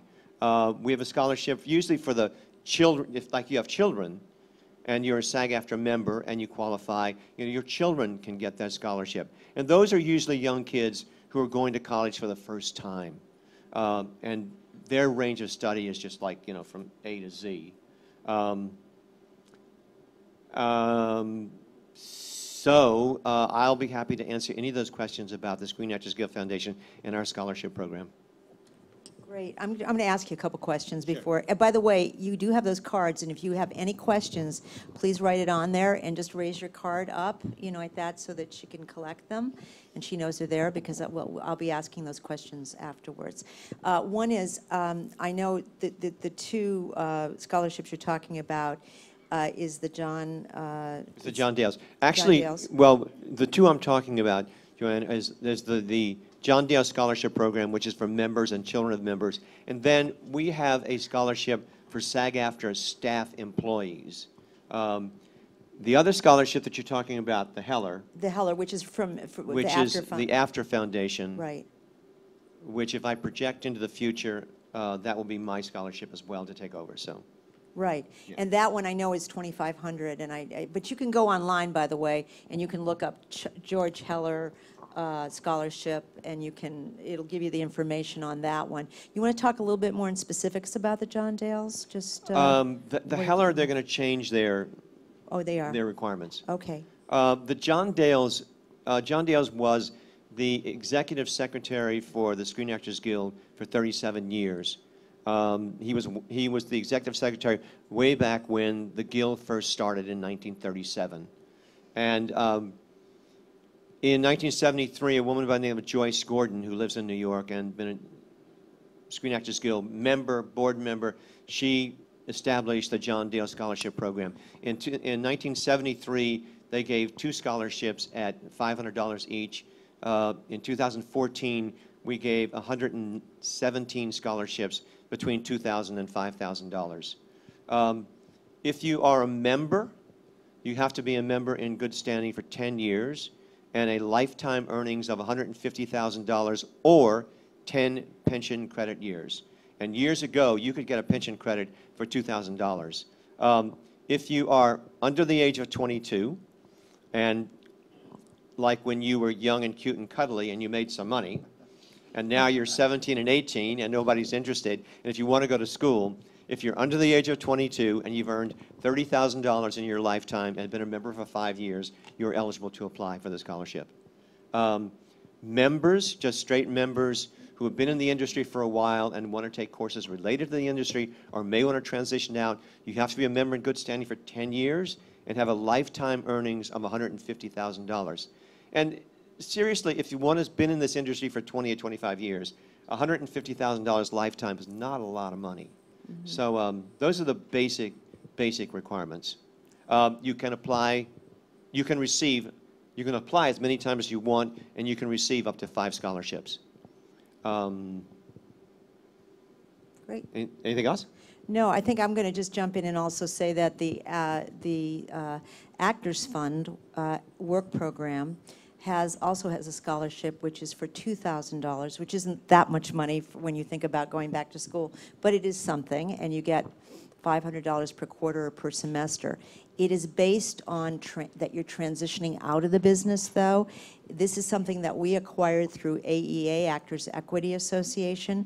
It is not just for actors, it is for anybody in the entertainment industry, but you have to be able to show that you have made at least $6,500 per year, per individual year, 3 out of the last 5 years, or $5,000 per year, 10 individual years out of any 20 years in the industry, okay? So, and if you want more information on that, you can just give us a call. You can email me. I have cards with me. I'm happy to give you more information on that.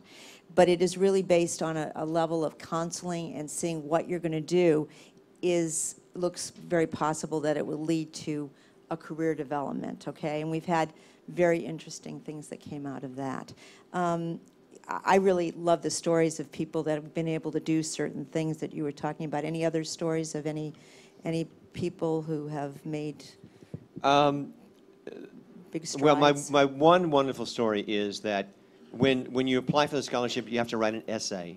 And this young woman, she was going to Juilliard, raised by a single mom, and on her free time away from school, she would stand in front of Tiffany's on Fifth Avenue with her viola, and she would play to make money to support her going to school. And one day, I mean, she wrote this all down, and this man drove up in a limousine. He got out, he listened to her, he put $200 into her case and left. It's like, wow, what is, you know, I think it's a wonderful story of like how you support yourself to continue to do what you want to do. Mm-hmm. Great, great, terrific.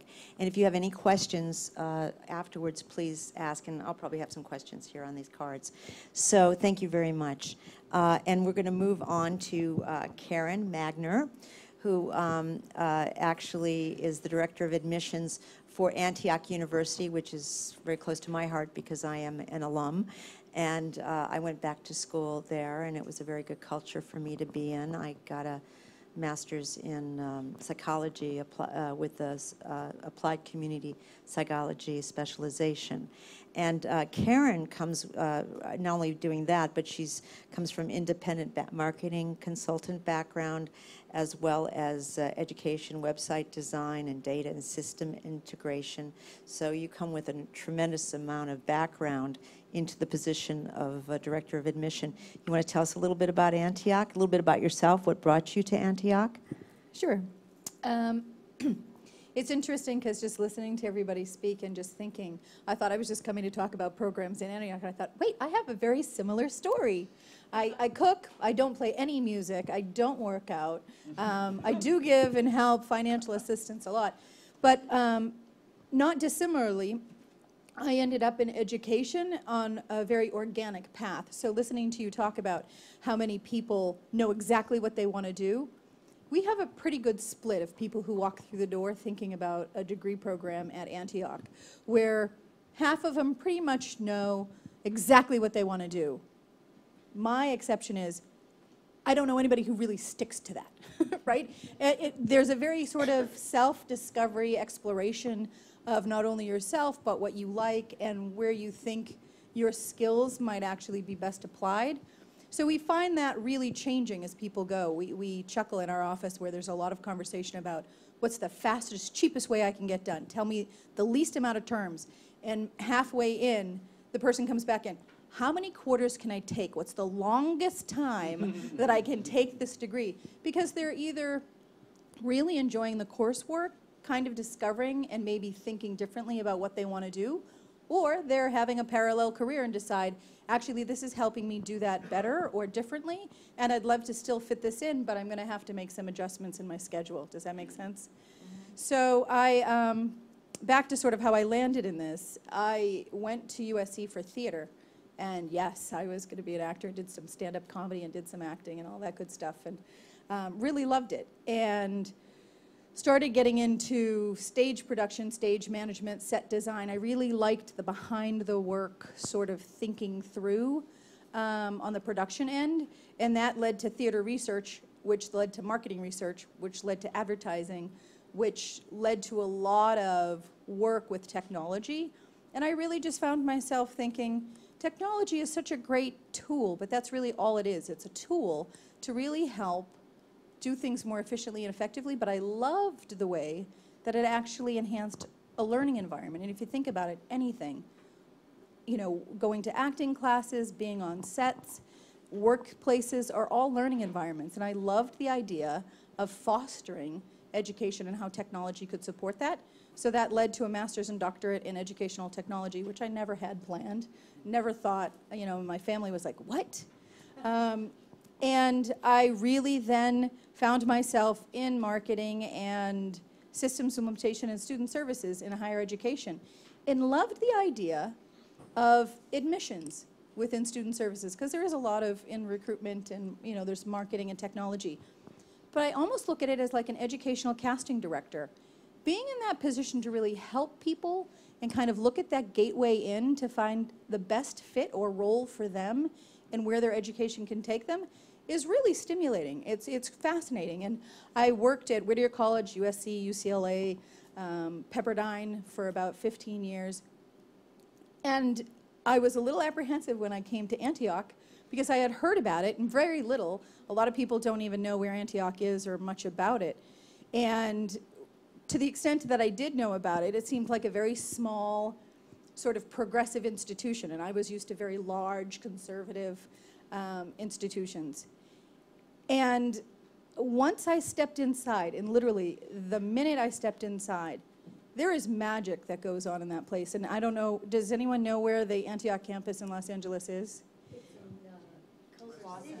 It's in Culver City on Slauson, in a little corporate building. And we always say, don't be fooled by the address. Because it's really a strange thing. We are in, there's over by the Westfield Mall, it used to be Fox Hills, right there. There's a series of 200, 400, 600 Corporate Point. We're in the 400 building. But once you step in the doors, there's something that happens, and I've not seen, and I genuinely mean this, I've not seen education delivered and honored in the way that it is at this institution. The reason, when you had encouraged me to think about a story, I almost think the story or the alignment with acting and creativity is a lot of what we do in the craft is finding our inner voice or finding our talents and skills. And that's how they approach education. It's what's important to you? What do you want to do? What do you bring to the table? And our faculty learn from students as much as students learn from faculty. It really is a community of learning that they form. And it's really fantastic to watch and see. But I've also not been in a place where faculty, staff, and students all sit side by side in what we call community meetings. We don't have staff meetings, faculty meetings. We have community meetings. And we really genuinely believe every voice matters, and we want to hear from and honor every voice in that community. It's quite something. For those who don't know, we started off in 1852, way back with Horace Mann, and we have actual campuses in Ohio, New England, Seattle, Santa Barbara, and Los Angeles. So we're a multi-campus system. And we started off as a 4-year traditional undergrad school. And then in 1972 started offering graduate programs. And when the graduate programs were offered, we became Antioch University. The college subsequently closed, and Antioch University now is an independent on its own organization that offers a BA degree completion program. We don't have a standalone 4-year. You'd actually transfer a minimum of 36 quarter units or 24 semester units in, and then complete your degree and earn your BA, and or a graduate degree. And we have graduate degrees in urban sustainability, psychology, creative writing, nonprofit management. There's a whole host of different graduate programs we offer. And we even have fast track options where if you're coming into the BA completion program during your final term of your BA, you can actually, what we call fast track, or that first term of your master's counts in completion towards your BA, so you save a term of tuition and time, and actually fast track into a master's, almost like joint programs or combo programs you see at other schools. So there's a whole host of degree programs they offer. But we don't, for those who don't know, we don't have grades. You can request them, certainly, if you want to go on to doctoral school or there's a reason you need your grades. you can request them and get them. But, you know, it's, you go out onto an audition or you're on the set or you go out to a job, someone doesn't go. So here's your annual review. You're a B. It doesn't really tell you much. They say, here's some areas you need to work on. Here's some things we really think you're excelling in. Here's some things we haven't really quite gotten to. It's the same thing. We do narrative evaluations. So we really give you a much more substantive piece of feedback and assessment about how you're going, which in essence is a credit, non-credit. So long as you're doing the work and we're giving you feedback, that's how that works. It's a little distinction. We're a private nonprofit school. We are fully regionally accredited. We are regionally accredited through HLC because our main campus or primary campus is in Ohio. So we get a lot of questions about that. Are you WASC accredited? But that's if we were, if our only or primary campus was in California. It isn't. But we are regionally accredited. I think the idea, something that you didn't mention, that you can transfer life experience for bachelor's degrees along with units that you Yeah, there's units as encountered? part of the BA degree completion program. There are units required. You'll actually do a minimum of 6 units of independent study or prior learning field work. We like you to actually have real world experience. But one of the things that's really unique to Antioch, and as I heard you, speak about your life experience, and we all have said, wouldn't it be great if I could get units for all the work that I've done or all of, this experience that I've had? And at Antioch, you can. We actually, it's a formal process where you can write a proposal and go through that with your advisor, and it's a reduced rate. But you can actually formalize and document that life experience or work experience towards units. We've had students, for example, who were dealing with their elderly adults in hospice care and trying to get through the mire of paperwork and bureaucracy and emotional, work that goes into that, especially while they're trying to balance their career. They were able to document that and turn that into units because that was real experience. You've talked about psychology, paperwork management. There's translatable units there, and that's work you've earned or units you've earned, and we help you formalize that towards your units, towards your degree. So yeah, thanks for bringing that up. It's quite extraordinary, and helping in terms of I know in the master's program sometimes people have to go for internships and everything to help them find places that they can go to, to get those internships is part of that process. Yep, there's internships as well, and it's funny, we just recently started a new concentration on the BA completion side in addictive studies. And we had an actor who actually came through the program and came to us with that concentration because he said, in my profession, there's a lot of abuse or addiction, and I want to be able to help other people in my profession, but at the same time, work on my profession as well.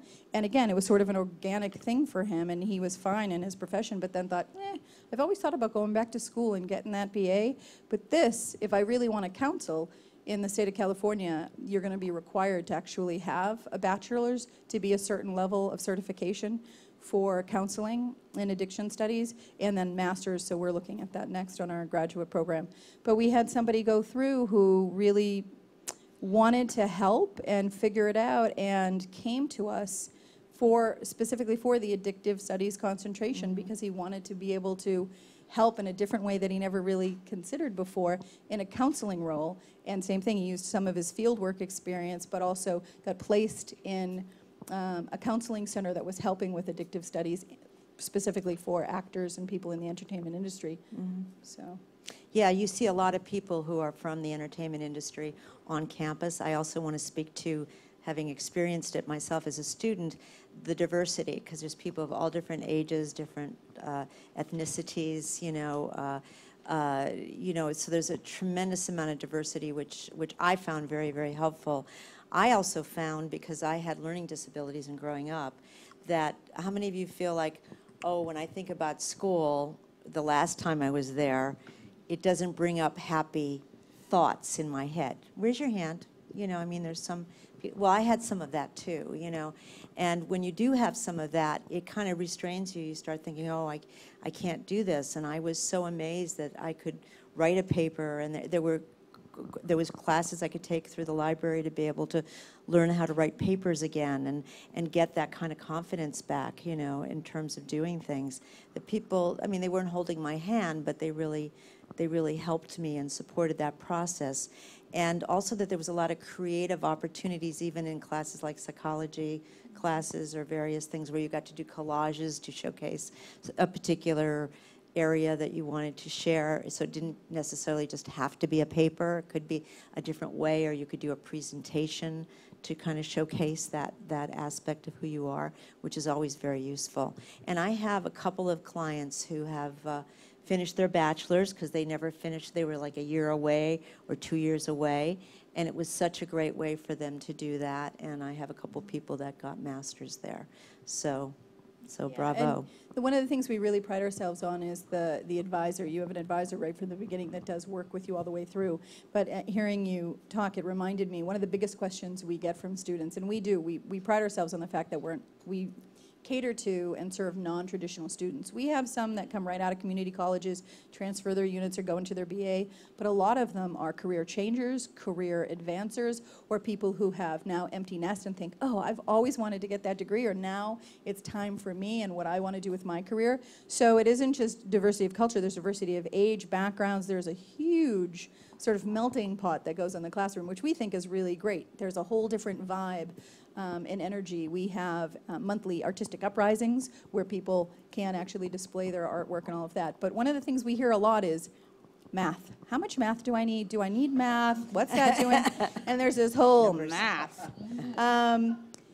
We have this lovely faculty member, and I'll be so sad if she ever leaves. And we affectionately refer to her as the math whisperer. She will guarantee you will not fail math, you will not have trouble with math. They really pride themselves on knowing that there's some pain points for people coming in, and especially people who've been out of school for a while. And how do we kind of really figure out your learning style and what's going to work for you? It isn't just sort of, hey, here's a box, fit in it, get it.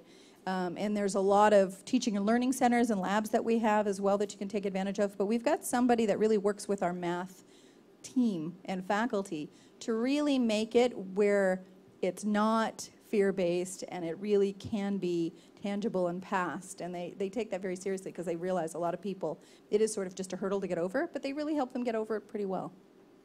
Thank you, thank you. There's other questions, so I want to be able to, from all of you, so I want to just be able to share that.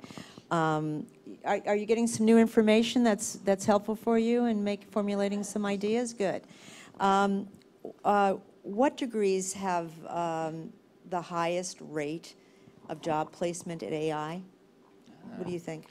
Well, for our school, I mean, we have about 20, well, not about, we have 29 different programs, and we look at each of the placement rates for all those programs. So that's a good question. But overall, how we look at our students are those students within 6 months of graduating, how many of them actually find work? Because if we're doing what we can and the student is doing what they can, you know, we kind of put a limit on like 6 months outside of graduation. So if someone gets a job like 6 months and a week or 6 months and 3 weeks, they're not, you know, we don't count them.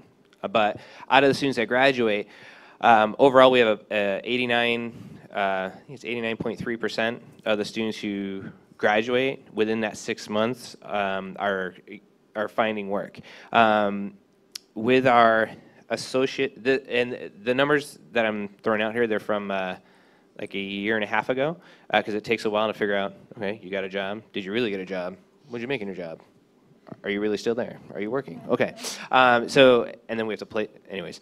But I know our associate degree in culinary, that actually had, I think it was 8 for 8, the 100% placement for those students. I know our media arts and animation students too did really phenomenal. I think they were I don't want to quote numbers because I'm not sure exactly what the number is, but as far as salaries go, they had like the highest salaries in that too. I hope that answers the person's question. And if you want to ask anything afterwards, you can definitely do that. Karen, do you have I know you have an environmental program because of the master's program that you have. How successful are graduates with that program in finding jobs in that area? Do you? Yeah, that Can you comes speak on back that? to the internship question, and I'd say very successful because a lot of folks are either working already, so they're advancing their career, so that's 100% placement. But in Kinder, we also have folks that are trying to break into it or advance, and we've had 100% of the people that have been in the program either currently working and just advancing through the ranks or into a different position, or through their internship placement or their field work, actually make connections and have that turn into a position and be hired. So we have on the bachelor's side an urban community and environment, and on the master's side an urban sustainability program. So and our campus itself is very mindful of sustainable issues as well, and we just went through in our renovation. We're very careful about our materials, our promotional items. We're also very, we always try to honor that as well because we've got those programs to make sure we're putting it into practice. So in that program, it's been really high for the people in it.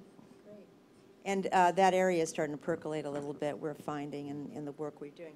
Somebody's asking, how do I get career counseling? If you really want to get career counseling at the Actors Fund Work Program, you need to come to an orientation, which I mentioned earlier, which is at Mondays at 1, except for holidays. And then based on, as long as you qualify, you will be assigned a career counselor. But it will always be recommended that you take workshops because so that you're both speaking the same language in that process, okay? Do you have programs in wine sales reps or anything like that? I mean, For us? yeah. I There's a, in the bachelor degree programs as well Yeah. as the culinary associate degree program, there's a wine class everyone loves.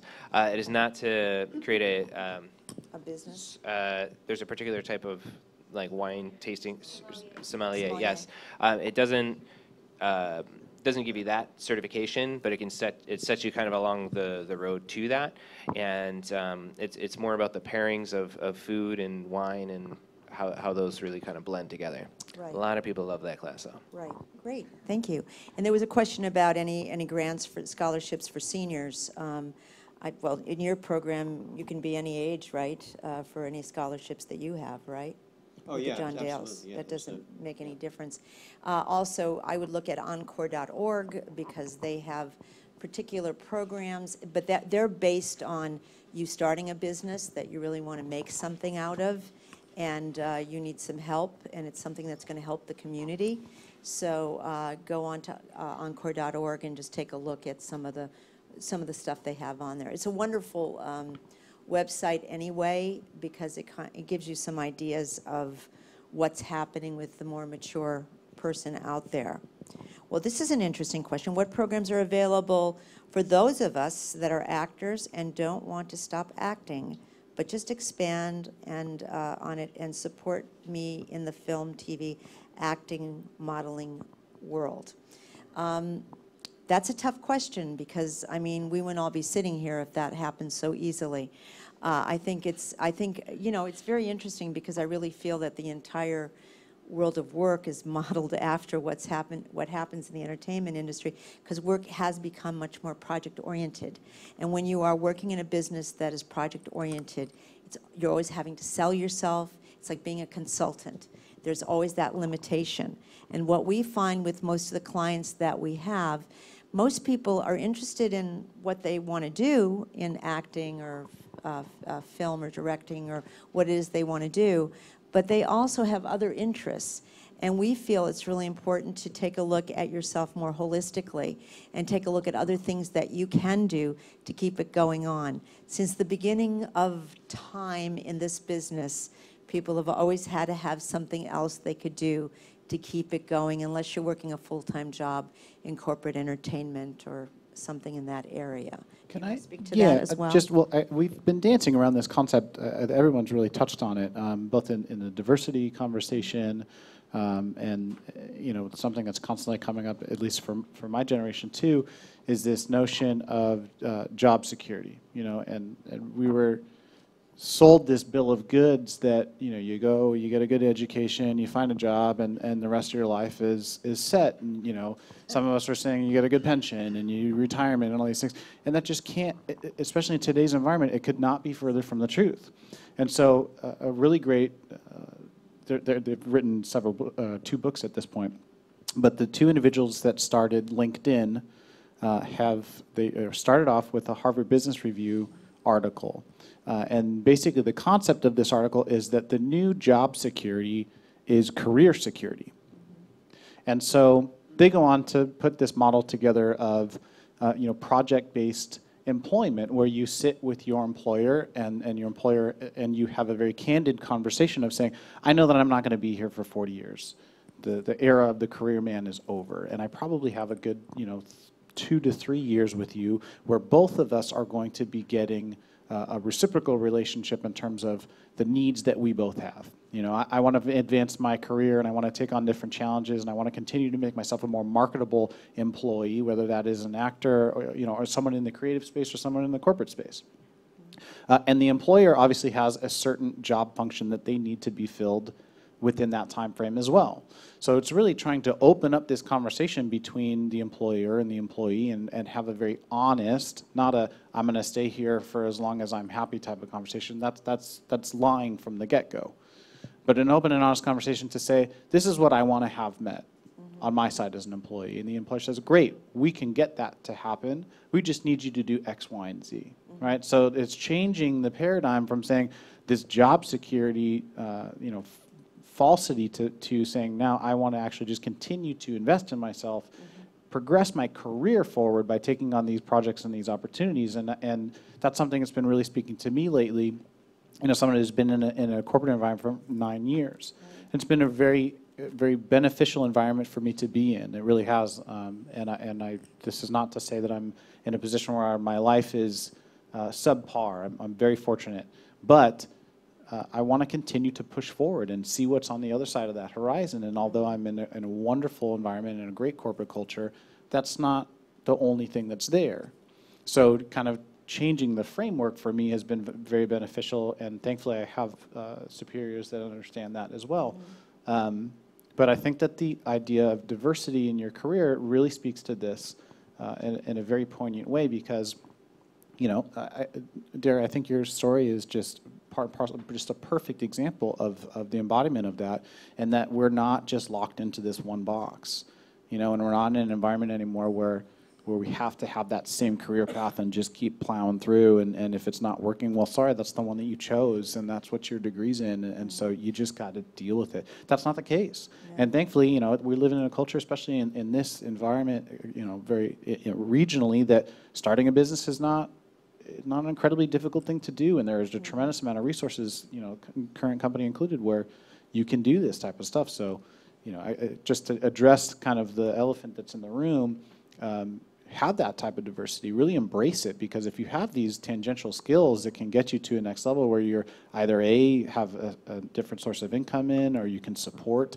really what your passion is, I think it's just an incredible opportunity to be able to do something like that. And really, we should change the way that we're looking at it, and instead of saying, oh, I have to wait tables so that I can be a photographer, go, no, I'm a great server. I can do this, or take that all the way up the ladder and really embrace that and be proud of those things. So.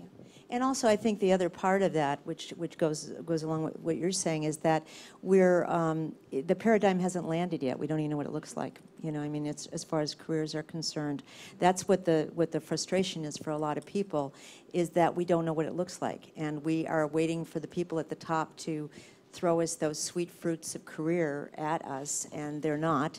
And so we're having to really kind of bridge together and climb that tree ourselves and figure out what we want it to look like. I come from a place of feeling very strongly, and I feel this very much with what the work we do at AWP, Actors Work Program, that we are always trying to encourage people to really explore themselves, that everything you're ever going to be is sitting in the room, and we're just trying to help you open up the drawer and unfold the linen.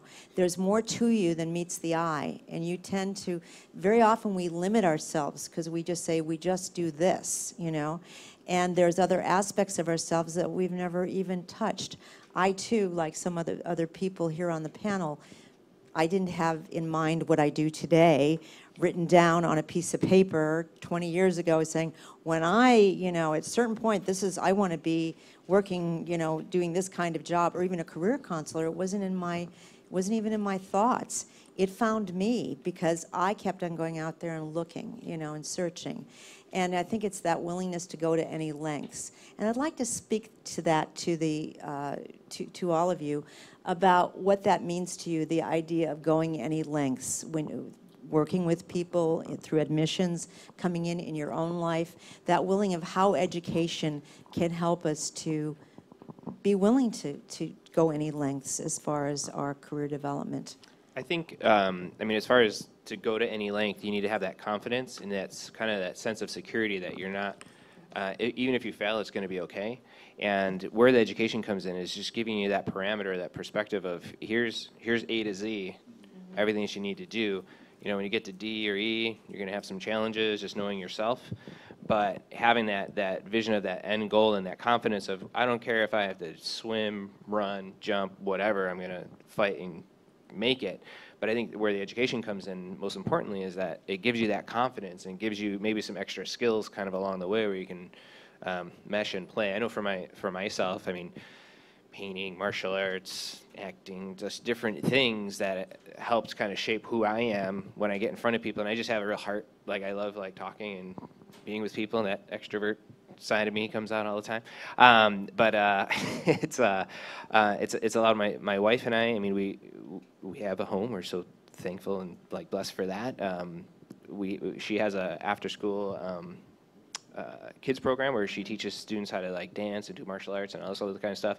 But even through that, it's about the focus is to be able to help others. So like it's the nonprofit that we have raises money to help kids in like human trafficking or hunger and all this other kind of stuff. So there's just different things that we've kind of collected along the way, just as everyone's been saying, kind of this organic growth of like, yeah, I remember in high school saying, oh, I'm going to be an astronaut, and everyone laughing and like, okay, but I'm nowhere near that right now. But it's just, you know, through the education, through the things that each of you have done, it's just finding like, what is that thing that makes me come alive, and what is it that I want to run after? Like, what kind of ways can I share? Can I be most effective? Right. And also I think accountability, that you have some place where you have to be accountable for doing things. I don't know how many of you feel like you need that accountability in your life. You need people to be able to, you know, or a buddy or somebody to say, I said what I was going to do and I did what I said I was going to do, you know, kind of thing. Go ahead. I was going to say, you know, for me, education is almost like strengthening your compass, right? So if your compass is to go for your passion and it stays on your passion, we have a lot of parents who, we have an articulation agreement with the American Academy of Dramatic Arts, for example, so that they can transfer units and earn their BA degree. And for parents, it's, I want my kid to have a backup plan. I want them to have options.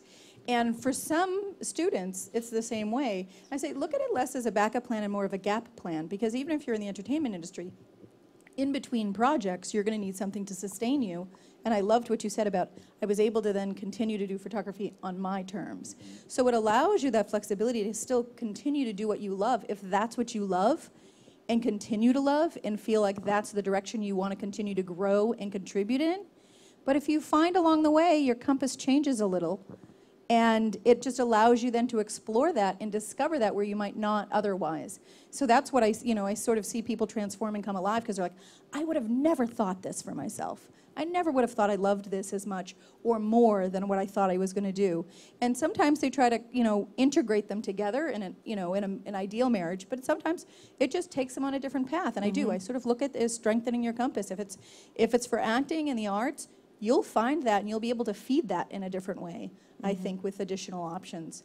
And if it isn't, you'll be able to uncover that when you might not otherwise have the opportunity if you don't have that education or opportunity to explore it. Does that make sense?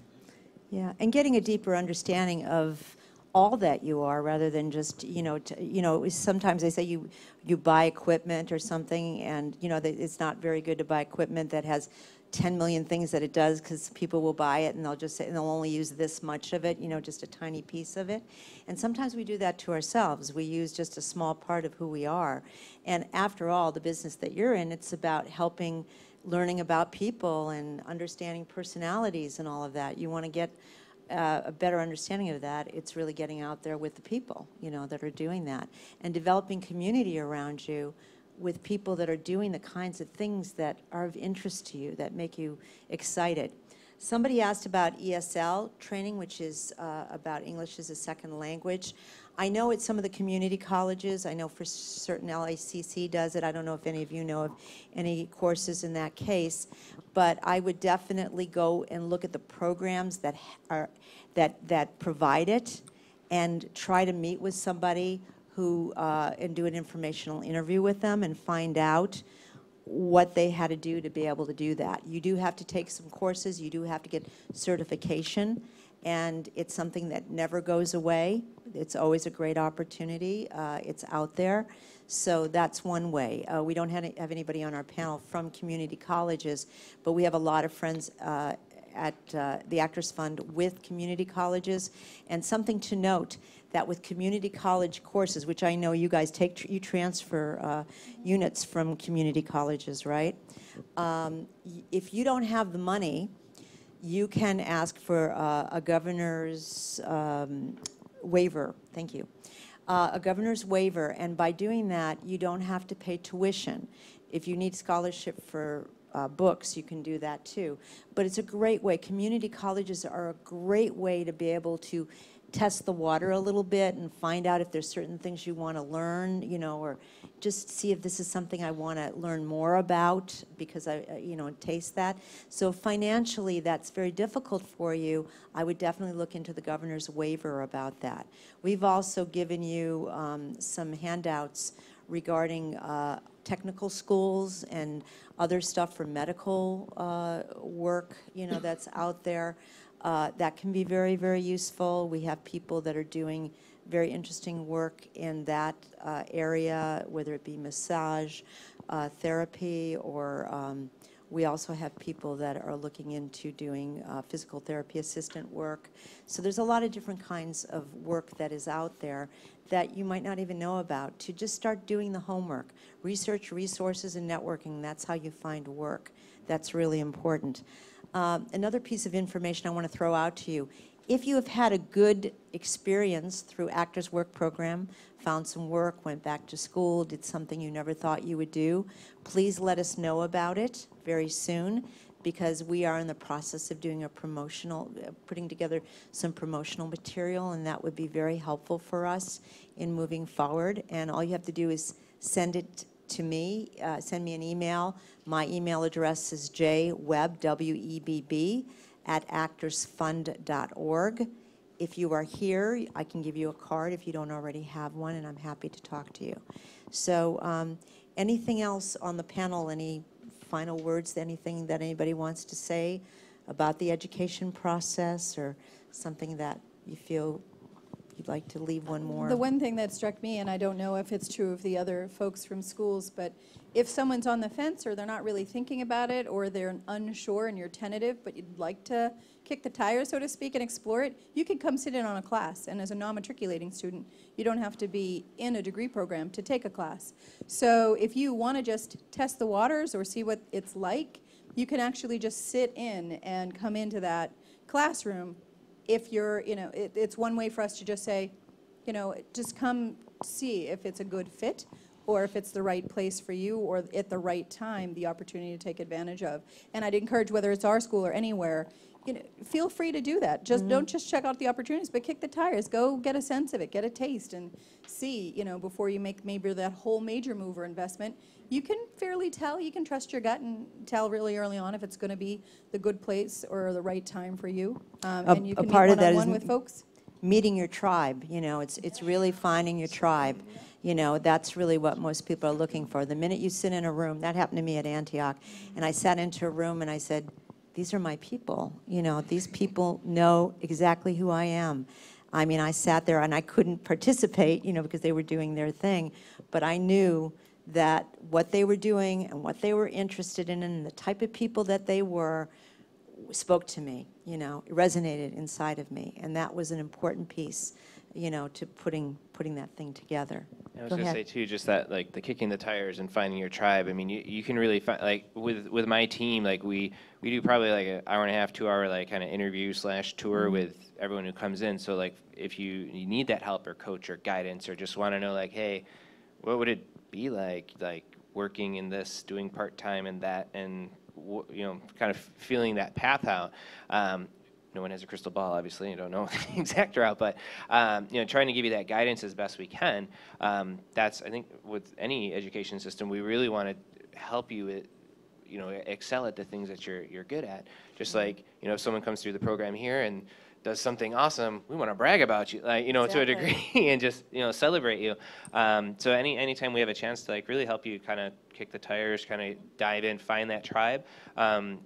Exactly what Joanne said is, you come in, you kind of get a sense right away of I feel at home here. This is amazing, or this is about time to get up and go. I don't know. One way or another, Yeah, that. definitely. And orientations, most schools, they'll do orientations in certain areas. Sitting in on those orientations can be helpful.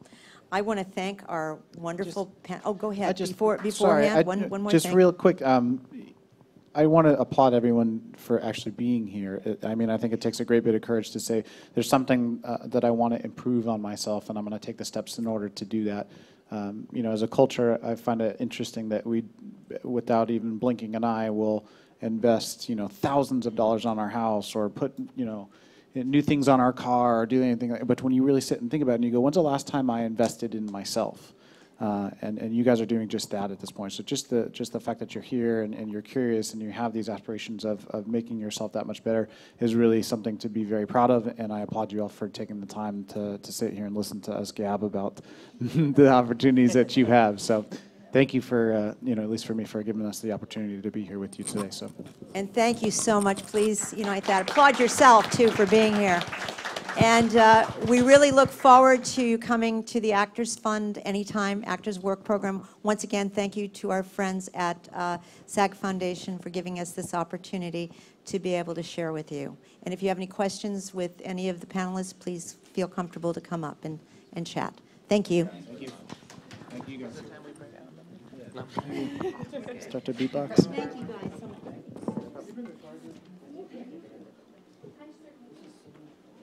Have a good time. That's important.